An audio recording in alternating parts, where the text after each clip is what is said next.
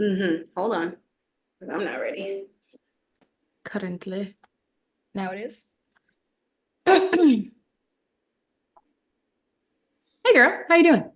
I'm good. How are you? A little hungry. I could go for a snack. Snacks would be A fire. lunch after the recording. Ah, mm, Anyway, is that where we're starting? Oh, let's. This is the cut. Um, hey, girl. Hey. hey, how are you doing? I'm good. I'm good. Good. Good. Good. Good. I feel like. Hold on. Let's just. I'm gonna pause this. Let's Oh, see. I knew where I was going after that. That was Okay. Well then. Okay. Then go. Go for it. Because I was just like, we are really having a slow mother effing start. hello. Hello. Is it me you're looking for? Um, mm, yeah, I'm excited. I'm excited for today's recording. And then, I'm also ready for lunch after. And I think that that's one of those convenient things about like the online world, right? We can meet, it's totally different times for us right now. And then when we are done, I'm already at home and I can do whatever else that is I needed to do. The joy of Um, online world. Everything is online. If you think about it, COVID changed the game. Everything is online. Teacher trainings are online, meetings are online, dating is on. I mean, dating is always online, but people do Zoom dates now too. Like everything is online, including online yoga. I'm curious, like for me, online yoga was where I started my yoga journey. Well, it's not where I started yoga journey, but it was where I felt comfortable in my yoga journey. Like, why do you think online yoga is important? Like, kind of, yeah, why do you think online yoga is important?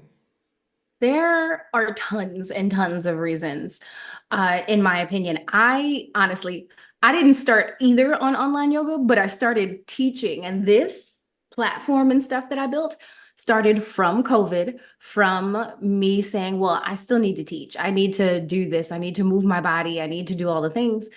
Um, and I feel like just online yoga provides so much access, right? And, I'm a former special ed teacher. Access is extremely important to me.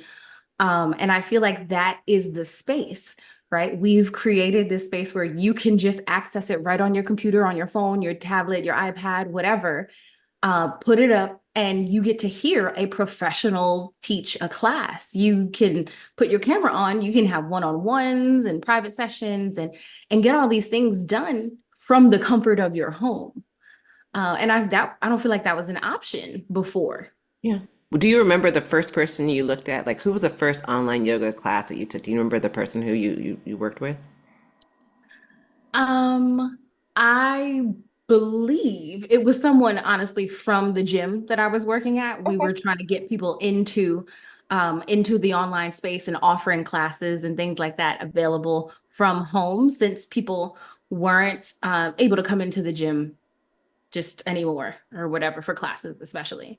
So prior to your yoga teacher training, you weren't even looking for online yoga.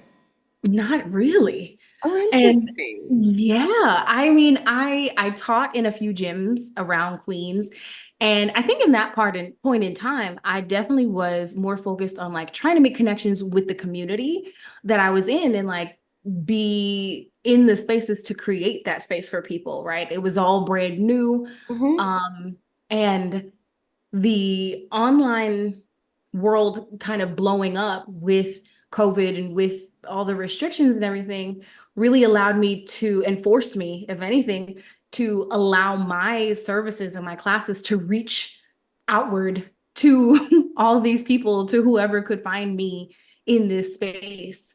That's Um, interesting. I'm kind of, I'm low key shocked. I'm like, I'm floored. I'm almost speechless, but not fully speechless. I was checking for online yoga way before I became a teacher. Never, I mean, for me, it was an easier way to look at yoga without feeling the judgment.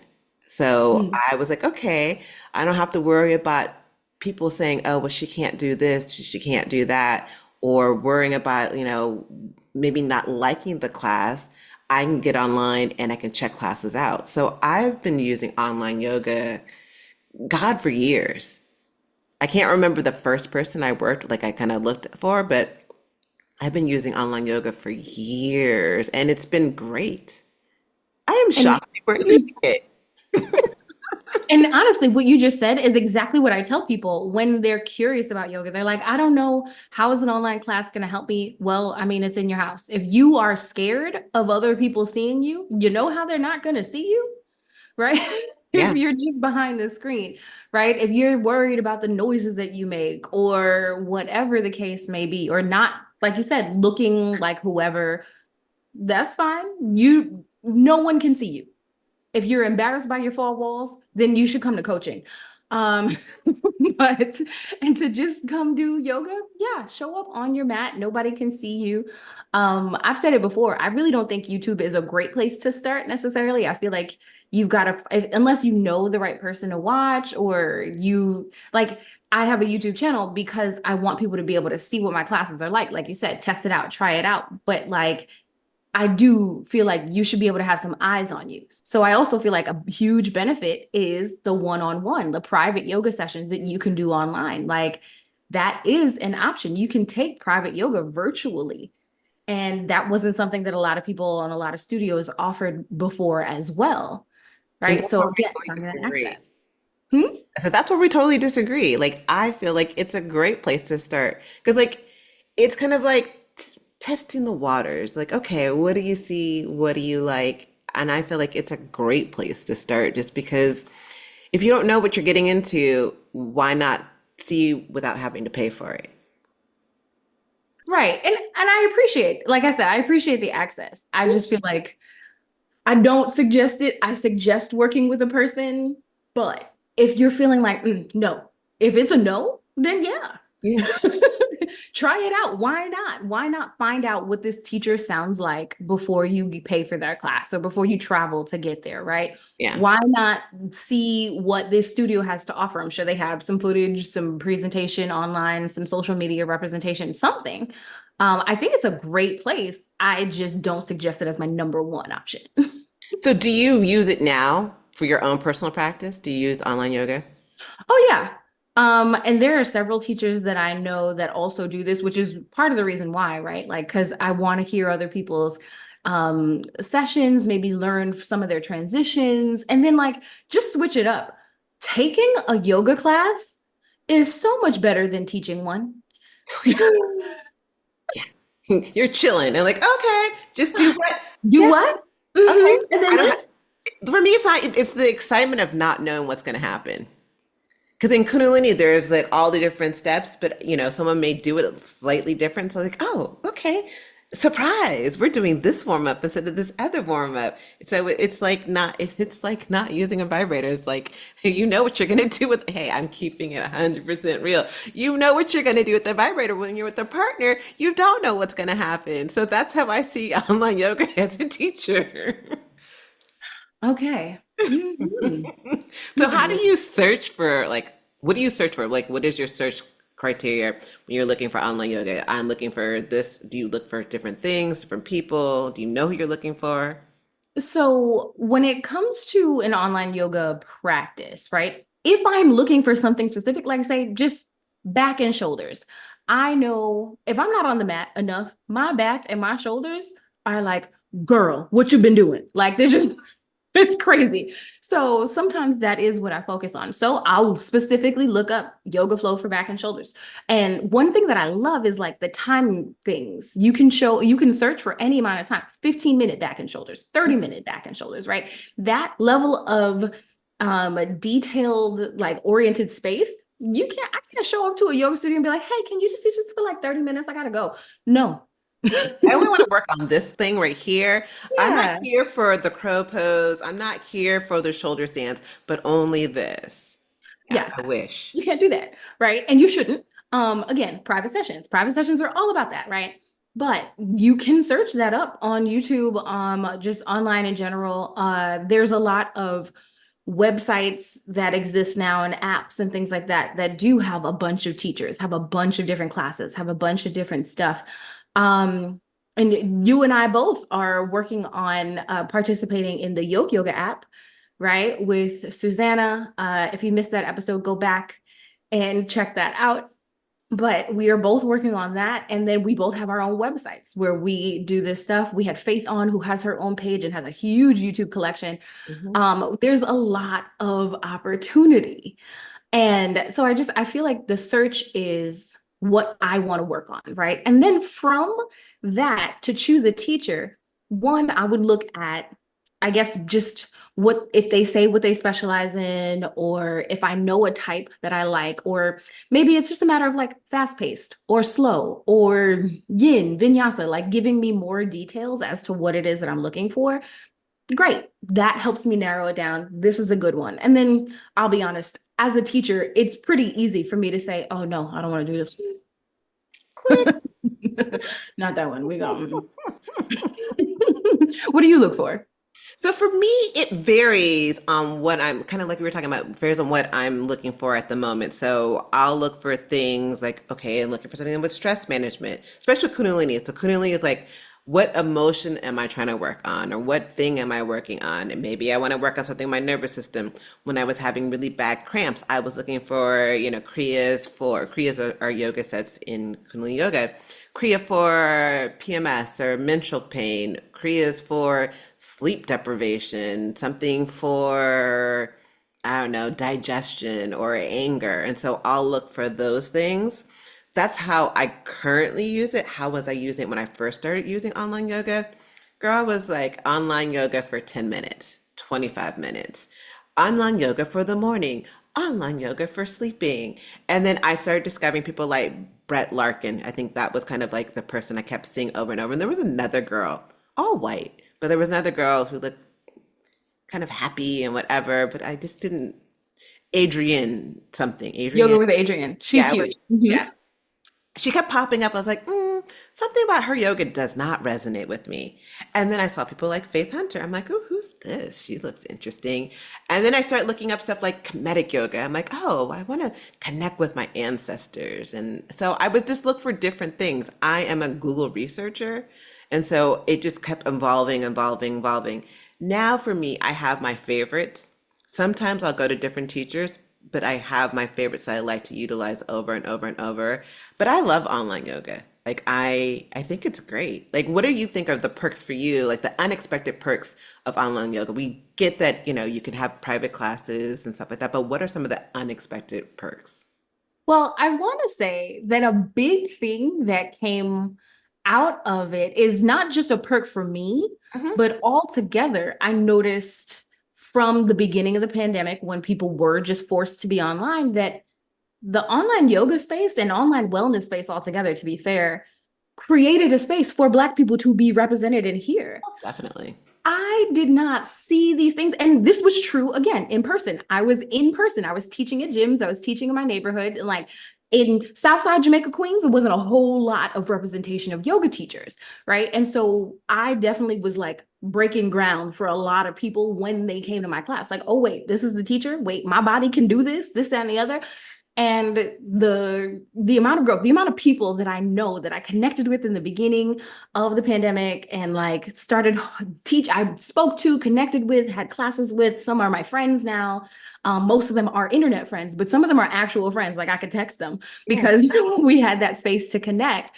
So the concept of creating a space for Black wellness practitioners to share what they know and how we learn and speak to us in Yeah. a way that is just receptive, right? Like received by us and understandable because again, like you said, it's a lot of white people. It's a lot of colorlessness represented when you look into yoga, into wellness and meditation. You can look in other countries. You can look in places where everybody should be brown and they are not. Do you look Like for other classes in other countries? I never thought about that. Like that would be interesting to look for yoga teachers in like South Africa or in other places. Have you done that before? yeah, when we travel, we always look up like, is there a class we can take? And Oh, but you I'm talking know, about online classes. well, so that's the thing. We're looking up, right? Like Okay. who's here. We look up what they've got. Like, because I don't want also to just this is snooty. I don't want to just go to anybody's yoga class. Just, just so we're clear. Okay. See? And just because like I want it to be a quality class, right? So if I look up like, oh, this person, this is their class style, this is how they teach, this person is in this country, great. So when we go there, are we going to be near them? Can we take that class in person? How do they teach? Do they teach in English? Do they teach in another language? And as far as I'm concerned, you don't have to teach in English in a non-English speaking country. Like, absolutely not. That's Yeah. totally you. And I should be able to keep up or shut up as far as I'm concerned. And this is just visual. I can try this, and anybody can try, right, to make that happen. Especially if you have a practice, you should be able to follow along decently. Yeah, definitely. And that's something that I appreciate, the fact that if somebody is teaching in that native language, whatever's represented there, like that to me is representation. That to me is like, great. I appreciate you creating access for your folks over here. That I respect it, you know? It would be interesting to like listen to yoga in another language and feel the energetics of it. That's me getting more woo-woo, but I'm like, oh, a language I don't know. Let's see how this sounds. Like I understand French, but I don't know how well I would follow along with the exact words of yoga terms or yoga practices in French. I could do basic French, but I don't know about that. But I feel like online yoga offers a wider variety of options. As a teacher, it helps us to, reach a wider audience. It helps us to, be more innovative, but it also helps us to get that interaction and that feedback of what we're doing. On the flip side of that, as a student, I don't know about you, but I love retaking the same class. So it's not like, because you can go to a studio and you have this bomb class, and you're like, oh, that was so amazing, but you're not going to get that same experience. That's No. the great thing about online yoga for me. Is like I can retake the class that like kind of really touched my soul and I really felt was like really good for me. And I love that aspect of it all. Right. And even with my library of classes that I have on my website, people say that all the time that like, oh, I'm doing the splits class to work on my split, Mhm. right? So I'm doing it once a week while I rotate in the other things, right? And I think that that's amazing. That option to because I do work on splits a lot. I'm not teaching splits every Saturday. So if you've got a good class that you like, or do you know set and you have the option to kind of create your own program if if you work out at all, you create a program to build this, right? It's the same thing with yoga. If you create, you look and say, okay, so I like this flexibility, this hip opening, this splits class. I'm going to do these three each once a week. This is my practice, my regular. And then in a month, the amount of work and progress you could make being that consistent, knowing that I'm only paid for this much, or if it's on YouTube, I didn't pay for this at all, right? But I'm practicing at this level. I am Yeah. practicing this class. This information is going to be the same, and I'm going to see the difference after being able to be repetitive in this way. So I'm curious, getting out of the space of online classes that are pre-recorded, what about online classes that are just online classes? Do you take online classes? I personally haven't taken many. I've taken some. I Okay. would say that I don't currently. I have. It has been a regular part of my schedule at some point. It's just not right now. Okay. Um, and I feel like that level of consistency is also really helpful because it is, even though it's not a class that you're physically going to, it's a schedule that you have to keep. You've got your time slot, I got to get my mat ready, I got to get myself here. And I'm already home, right? So just like I'm about to run off and have a snack after or lunch or whatever after we do this, I'm that close to the kitchen if I forgot my water. I'm that close to whatever I have to do next because I'm still here, Yeah. right? But I still took that time out. And I really think it's a super important thing for us, especially as women. This is something I talk about in my programs that like set time aside for yourself, right? And sometimes that's a matter of, again, finding that time that works at the right time. Or, okay, well, what Danielle's class is at 9 a.m. That's perfect. Okay, I'm up at 9. I'm up at 8:52 or something. And it makes And it easier maybe. because you don't have to get dressed. Your camera can be off, so no one Hmm. sees if you look like a hot mess. You can have everything look great, or you could be the hot mess. I teach online, all my classes are online classes and in-person classes. I Mm, think what I'm hearing from students is like it gives them options. Like I may right. want it, like one of my students the other day was like, I wanted to take your class, but I was having really bad cramps, so I didn't want to get out the house, but here I am online instead. And so I'm like, great. I love online classes, just the actual online class as well. My One of my favorite teachers is in Sweden, so it's not like Mm. I'm going every Saturday for K practice to Sweden. Not gonna happen. But I can be able to access teachers I wouldn't have been able to take classes from if there was no online yoga. Now, do you find any issues with online yoga?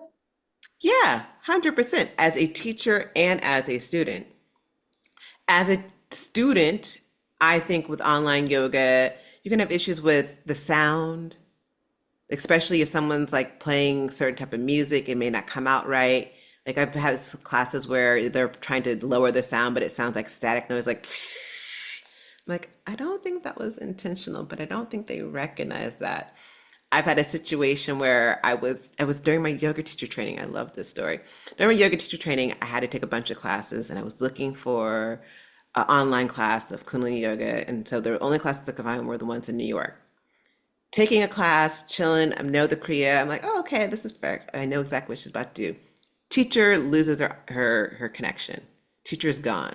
So we're just there in class, and we're like there for a second, and I'm just like, everyone's like, okay, we don't know what to do. I'm like, well, I have a feeling I know what she was about to do, so why don't I just take over the class? And so that's exactly what I did. A girl took over the class. She comes back, and she's literally like, oh my God, I was literally about to do that next meditation.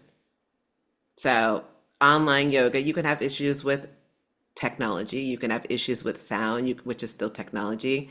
You can have, it just doesn't feel as connected. Mm. I don't feel that's always true, but sometimes it feels like it's not connected. But you can have, like, there's something magical about being in a studio that I feel like sometimes I love, but for the right teacher, I'm totally down for some online yoga classes. What about you? Yeah, no, the technology is definitely the biggest hiccup. But I do agree that there's definitely a difference between the energy that you're going to feel being in the studio with people versus being at home. But at the same time, I feel like that's the benefit part that got Black people into the wellness space online. The concept of people being separated from their counterparts at work, their peers, their oppressors, uh, the others, right, allowed so much more space. Like, okay, well, I can practice in my house, in my room, in my bedroom, I got a coat closet in the front that don't really have much stuff in it. This is where my mat's going down, whatever you got, right? It allowed people to create a lot of space on their own. So, like being able to inhabit that space for yourself. If you want to light 20 incense sticks, put the candles on, blast your music, put me in your headphone, you could do that. You Yeah. can live that life and have that space in your yoga practice at home because it's online, because you're not affecting absolutely anybody else here. This is just you. You're doing it. You can enjoy it your way. And that's where the in-person class can be a downfall for you. There's not enough incense. It's too many people. I can feel the energy of too many folks, or whatever it may be, right? Like allowing that space to be tailored to you, You that's an make a, option you don't have. you make a great point. So, what are some tips or you would could give for someone? You make a great point. So, what are some tips you would give to creating a your home yoga practice space? Like, what does someone Uh, need? well, I feel like one, you don't need anything, but you do need a mat, right? And other than that, if you like incense, use incense. If you like candles, make sure it's too far to knock over and use candles.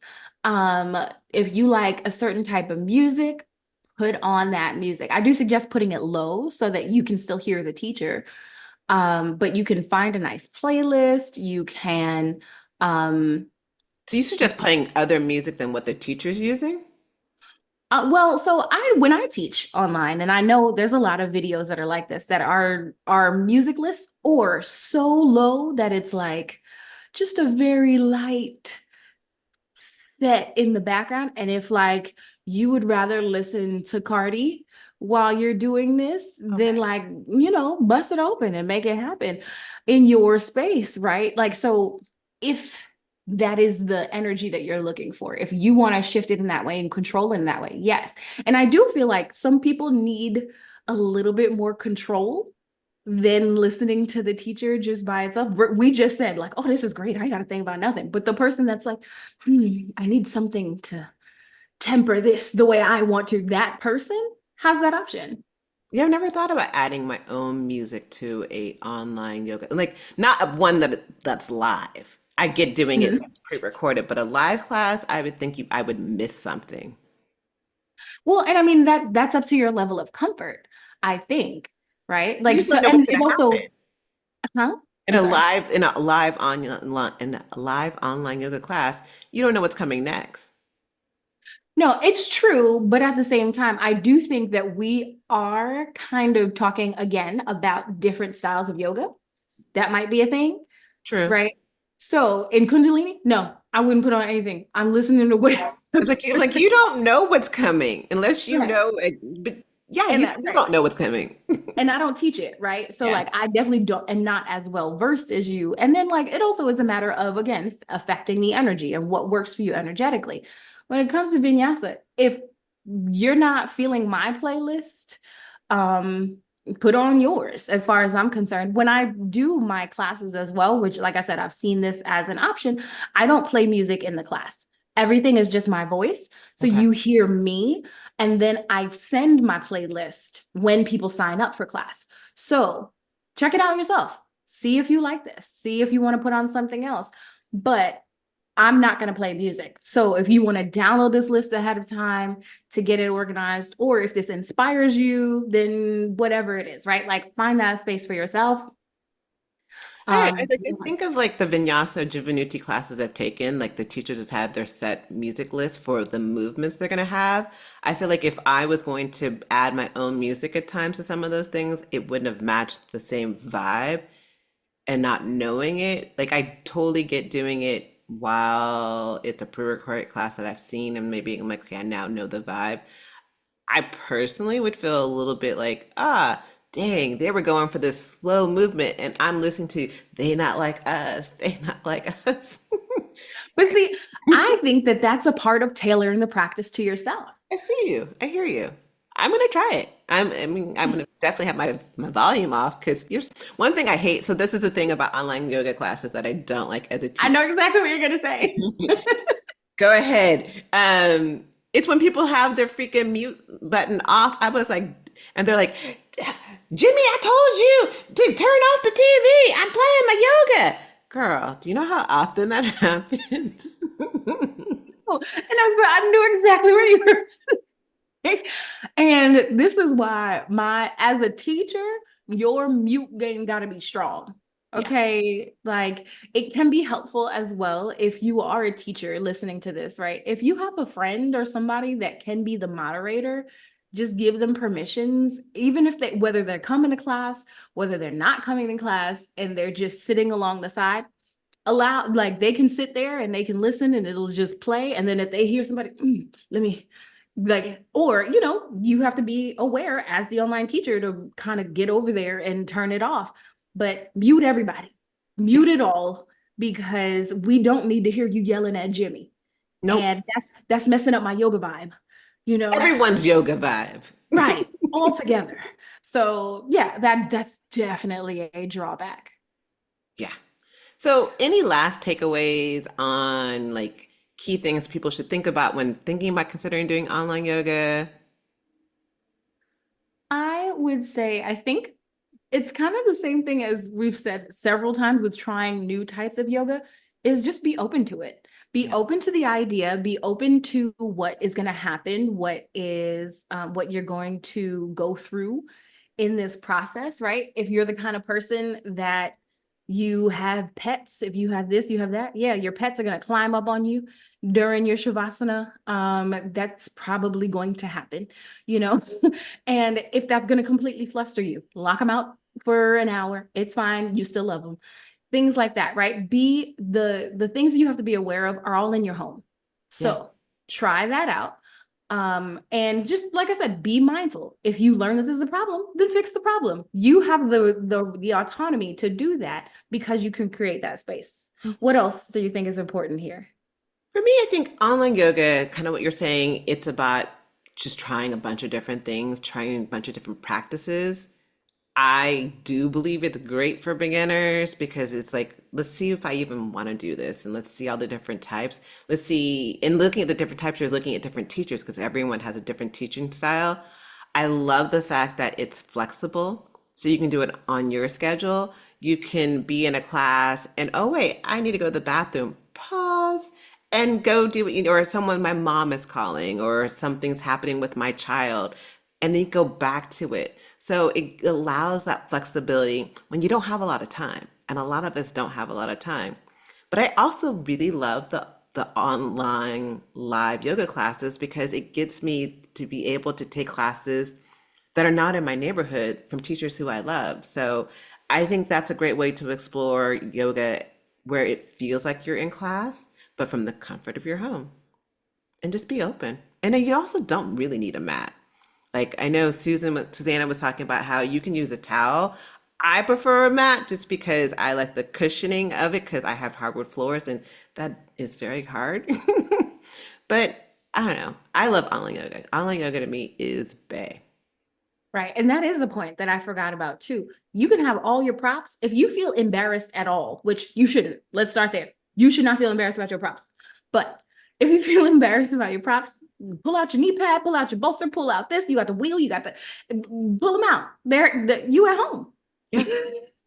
And you can use a towel for like instead of the cord, you can use a towel. You use so many different things. You use books as blocks. There's so many different things. You don't need all of them. We had a whole podcast episode about home oriented props or things you can use instead of like what are normal standardized props. But online yoga is just a great place to start. I think so. All right. On I that note, agree. we'll see you guys next week. Ciao.